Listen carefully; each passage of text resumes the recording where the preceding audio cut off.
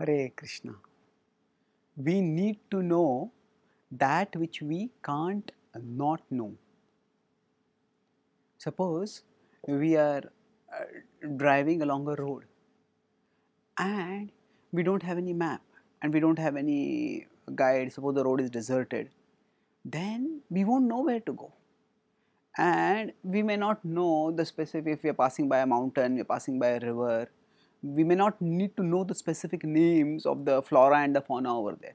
There is some knowledge which we can do without. It doesn't matter if we don't know it, but there is some knowledge which we can't not know. For a journey, a map, the knowledge of the territory, the path to the destination, it is a knowledge which we can't not know. We can still keep driving without it, but then we won't get to any destination. Now, this is easy to understand when we are talking about a physical or a geographical journey through a territory, but often we don't realize it with respect to our life journey. A life journey, you could say, the journey through time. We are born at birth, and we every moment, every hour, every day, we are journeying through life towards the destination of death. At least that's where our body is going. And life becomes just reduced to inescapable dangerousness and ultimate pointlessness if we don't have a spiritual map. We consider our life to be so meaningful. Small decisions also we take often thoughtfully. If I do this, this will happen. Is this important for me? This is important for me. But ultimately, a life becomes meaningless. We live and suddenly, with a bug or a bang, we die. What is the point of it all? Is there a map that can guide us in our life journey? Now, psychologists have said that more than even the need for food or the need for or the craving for sex, what people need very deeply is a sense of purpose.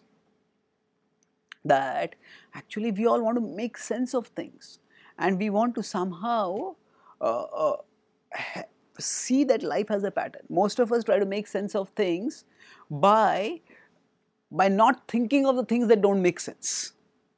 That means we stop thinking about death, and if we just leave death out, then often we start to make sense of life. But by not thinking of that which doesn't make sense, the death is not going to go away.